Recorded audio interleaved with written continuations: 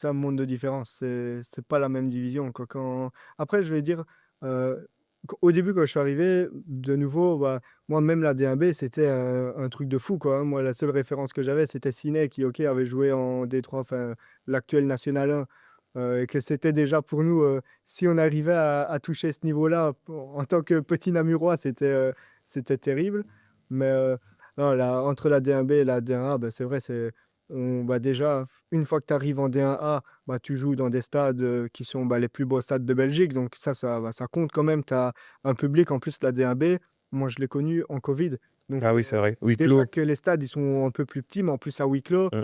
donc vraiment la transition, ouah, elle était sans filtre, quoi. On est passé de, ouais, la D1B, sans public à la D1A où, bah, où ça revenait et dans des ambiances de fou. Hem Et puis, on sent que tout ce qui gravite autour, c'est pas la même chose, que, bah, en D1A, il y a, ouais, c'est ça, c'est toutes les lumières sont figées là-dessus au final. Bah, il y a, ouais, tu as tes résumés qui passent à la télé, ça parle de l'équipe.